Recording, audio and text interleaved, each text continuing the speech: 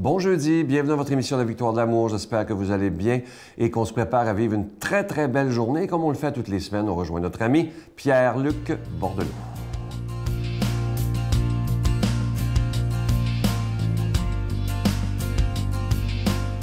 Bon matin de Dieu à vous, très heureux de vous retrouver. Ce matin, j'aborde un élément qui fait partie de notre vie, qui des fois est un peu paralysant, d'autres fois est assez stimulant. Ça fait partie de nos journées, de notre quotidien. Ce sont les questions. Je m'arrête sur les questions qu'on se pose, autant que des questions que les gens nous posent. Là, je ne parle pas des petites questions banales, là. Il est quelle heure ou à quelle heure tu vas manger, c'est pas ça. Je m'arrête sur des questions plus profondes, des questions de remise en question. Je m'arrête là-dessus parce que, les dernières chroniques, je parlais dans nos journées, on peut être des donneurs de sens, on peut amplifier nos moments dans nos rencontres avec les gens. Et dans ces rencontres-là, évidemment, émanent des questions. Des espèces de questions qu'on ne sait pas trop quoi faire avec. Elles sont en nous. Et mon objectif ce matin, je pense, en vous parlant de ça, c'est de me parler à moi-même et de dire, parfois, il faut laisser les questions errer, les laisser être, sans vouloir absolument leur donner des réponses. Les questions. Il y en a plusieurs. J'ai un de mes amis qui a entamé des études, ça fait déjà longtemps, mais il a entamé des études en philosophie. Vous savez que la philosophie, c'est une science quand même qui a pour but de se poser de bonnes questions, de questions profondes. Quel est le sens de la vie, de la mort, pourquoi j'existe? Bon. Et je me rappelle qu'il avait utilisé une image très forte pour dire quel avait été le résultat de ses études. Il avait dit, avant de débuter mon bac, j'étais, si tu veux, dans un carrefour à 4 voies. Au niveau de mon questionnement. Ça pouvait aller un peu à 4 voies. J'ai fini mon baccalauréat en philosophie et je me suis retrouvé dans un carrefour à 36 voies. En voulant dire qu'il y avait 4 corridors possibles, il y en avait 36 à la fin. Alors, plus tu te poses des questions, plus il y en a d'autres qui surgissent. C'est logique. Et des fois, ça peut être paralysant, inquiétant. Ça nous bombarde, on ne sait pas quoi faire avec. Et c'est pour ça qu'il faut avoir un temps de recul. Les questions à l'intérieur de nous, on les accueille. Sans nous laisser nous paralyser, on les accueille. Les questions posées par les gens, on les filtre. Moi, je pense qu'il faut les filtrer. Il y a un filtre du cœur. C'est-à-dire, c'est une question qui va vraiment être constructive dans ma vie. Je la laisse passer. C'est une bonne question, ça. Quand mon ami m'a dit ça, là, je la laisse être. C'est bien, ça. Mais il y a des questions, des fois, que tu fais, ouf, là, je pense que ça y appartient pas mal plus à elle, cette question-là, qu'à moi. Je suis pas sûr que je la laisse entrer. Il y a des bonnes questions qui m'ont été posées dans ma vie. Des questions comme d'un éducateur qui m'a demandé, à un moment donné, quand j'étais à l'école des adultes et qui voyait clairement que je perdais mon temps, il m'a dit « Qu'est-ce que tu fais ici vraiment? » La question, c'était « Tu es en train de perdre ton temps, mon homme. » Ça a été une question percutante, une question qui m'a donné un coup de pied dans l'arrière-train pour dire « Hey, il faut qu'il se passe quelque chose. » Laissons les questions être.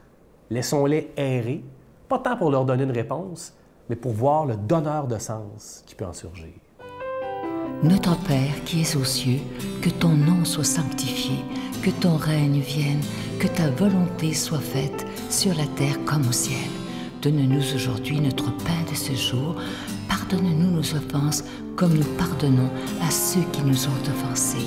Ne nous laisse pas entrer en tentation, mais délivre-nous du mal, car c'est à toi qu'appartient le règne, la puissance et la gloire pour les siècles des siècles.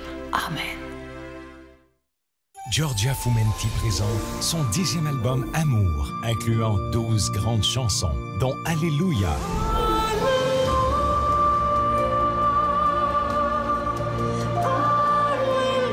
Si Dieu existe.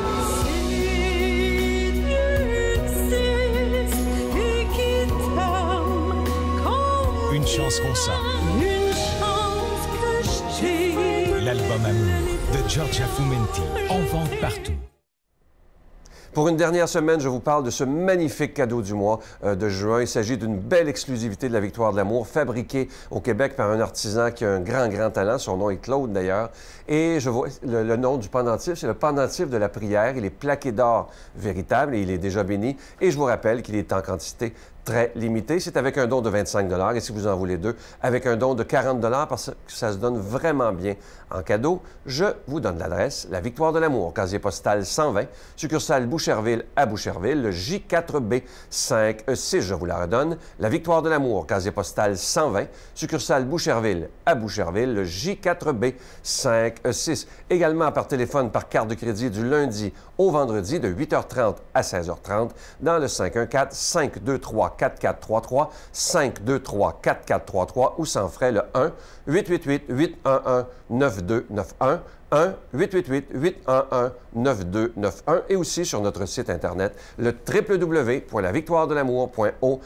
Je vous rappelle que ceux qui désirent faire leur don par Internet, vous savez que c'est très rapide et vous recevez votre cadeau très rapidement. Je vous rappelle ce magnifique cadeau, c'est la dernière semaine, c'est ce magnifique pendentif de la prière plaqué d'or véritable. Il est déjà béni, je vous rappelle qu'il est en quantité limitée et je veux prendre le temps aujourd'hui de vous remercier de tout cœur de votre grande générosité parce que vous savez, lorsque les mois d'été commencent, c'est toujours un peu plus difficile, mais malheureusement, les factures ne prennent pas de vacances. Je vous remercie de tout cœur de votre prière soutenue et aussi de votre très grande générosité. Merci de tout mon cœur.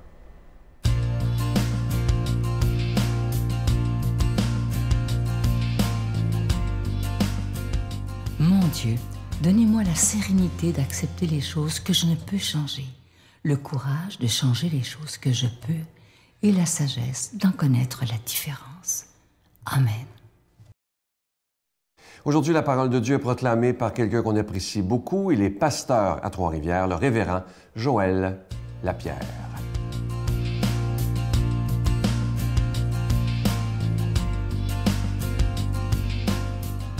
Quel plaisir d'être avec vous aujourd'hui et de pouvoir vous lire la parole de Dieu et les Saintes Écritures. C'est vraiment un privilège pour moi.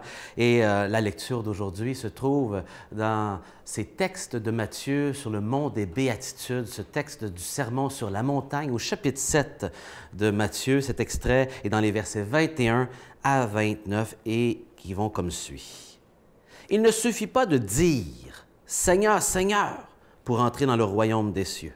Il faut faire la volonté de mon Père qui est aux cieux. Beaucoup me diront en ce jour-là, « Seigneur, Seigneur, n'est-ce pas en ton nom que nous avons prophétisé?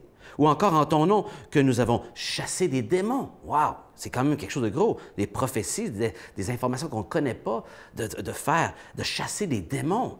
En ton nom que nous avons fait de nombreux miracles. C'est des grands accomplissements et pourtant, regardez la réponse de Jésus.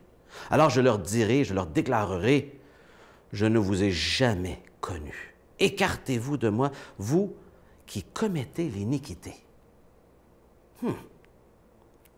Continuons. Jésus illustre son point ici. Ainsi, tout homme qui entend les paroles que je viens de dire et les met en pratique peut être comparé à un homme avisé qui a bâti sa maison sur le roc. La pluie est tombée, et les torrents sont venus, les vents ont soufflé et sont précipités contre cette maison, et elle ne s'est point écroulée, car ses fondations étaient sur le roc. Et ici, évidemment, ces intempéries font allusion aux épreuves de la vie terrible qu'on peut vivre.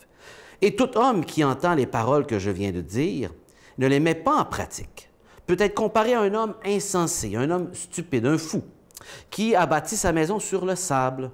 La pluie est tombée, et les torrents sont venus, les vents ont soufflé et sont venus battre cette maison, et elle s'est écroulée. Et grande fut sa ruine, un échec, une perte de tout ce qu'il avait investi, parce qu'il avait investi au mauvais endroit.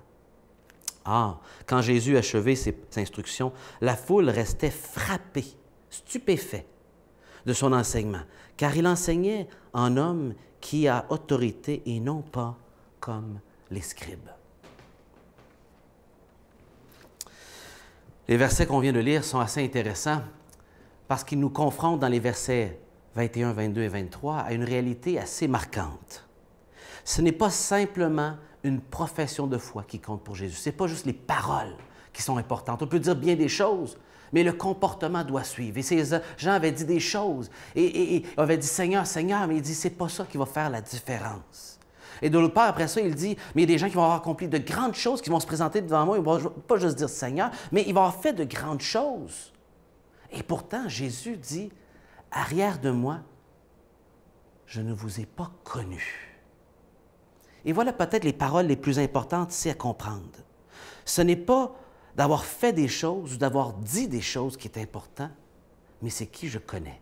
Est-ce que tu connais le Seigneur Jésus? Est-ce que tu connais ton Créateur? Et ici, le critère était l'idée de connaître, c'est-à-dire d'être en relation personnelle avec lui. Si je ne suis pas en relation personnelle avec Dieu et que je fais des choses en son nom, ou je dis des choses, les actions ou les paroles à elles seules ne sauvent pas un individu, mais bien notre relation avec Dieu qui fait la différence, où ce que je connais Dieu et que Dieu me connaît et que nous sommes dans une relation. Dans les deux cas, les paroles et les actions à eux seuls ne sont pas suffisantes. Il faut plus que des paroles et des actions pour prendre leur sens. Il faut entrer en relation avec Jésus. Des paroles et des actions qui découlent d'une relation avec Dieu portent du fruit et seront récompensées par le Créateur. Faire de la religion ne donne pas un ticket pour le ciel, le royaume de Dieu selon Jésus. Il faut cette relation. Et remarquez que cet homme qui est dans l'image ici illustre bien cette personne qui obéit à Dieu et qui est en relation avec lui. Il construit sur le roc. Le roc, c'est Jésus. Il construit sur du solide, sur du permanent, non sur quelque chose qui peut bouger, qui est fragile. Et Jésus est ce roc permanent. Et on dit que cet homme-là est un homme avisé, c'est-à-dire que c'est un homme sage. Et l'homme avisé ici est défini comme suit, c'est-à-dire qu'il sut mettre ou prendre ces paroles et les mettre en pratique, et qui prit ces exhortations de Jésus et les met en pratique dans sa vie personnelle. L'homme avisé applique la vérité de Dieu dans son quotidien. Et voilà la sagesse, de prendre ce que Dieu dit et de le faire. C'est d'être avisé, c'est d'être prêt, c'est de construire sur du solide. Est-ce que tu es quelqu'un qui fait les choses ou qui peut-être dit des choses, mais qui n'est pas en relation avec Jésus, avec ton Créateur? Si c'est ce que tu fais, Jésus dit que ça devient que de la religion. Ce n'est pas ça de connaître Dieu. Dieu veut te connaître. Il ne veut pas juste tes actions, il veut être en relation avec toi. Est-ce que tu as une relation avec Jésus? Est-ce que tu lui parles? Tu l'écoutes par l'Écriture en lisant la parole de Dieu. Il veut, pas avant tout tes actions, il veut être en relation avec toi. Et le reste viendra en son temps. Que le Seigneur te bénisse sur ton chemin d'apprendre à avoir une relation avec lui et qu'il t'apprenne à l'aimer et le suivre. Que le Seigneur te bénisse. Je vous salue Marie, pleine de grâce. Le Seigneur est avec vous. Vous êtes bénie entre toutes les femmes, et Jésus, le fruit de vos entrailles, est béni. Sainte Marie, Mère de Dieu, priez pour nous pauvres pécheurs, maintenant et à l'heure de notre mort. Amen.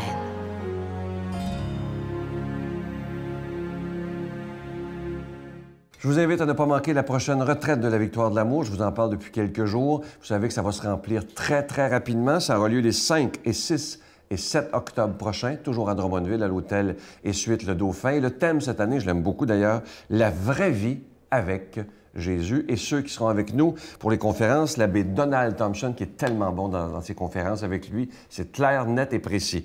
Brigitte Bédard, évidemment, sera avec nous. Miguel chantera pour nous. Je serai là également. Un spectacle de Giorgia Fumanti, qui a une voix comme d'un ange absolument incroyable. Et la présence exceptionnelle pour une conférence de Marcia Pilote, qui sera avec nous. Alors, ce sera de très, très beaux moments. Et comme je vous le disais depuis quelques jours, attendez pas la dernière minute, parce que des fois, il y a des gens qui appellent, qui disent « Ah, je n'étais pas sûr. » Si vous attendez trop longtemps, vous savez, il n'y aura plus de place. Alors, réservez rapidement. Je vous souhaite une très, très belle journée. À demain. Bye. Tu sais, je me dis, Seigneur, je t'ai tout donné, j'ai suivi tes commandements. Qu'est-ce qui se passe? Qu'est-ce qui se passe? Je me sentais, oui, vraiment abandonnée. Est-ce que tu lui en as voulu? Voulu, des petits bouts, je peux pas cacher que oui, parce que, mais j'ai choisi de rester en face à face avec lui.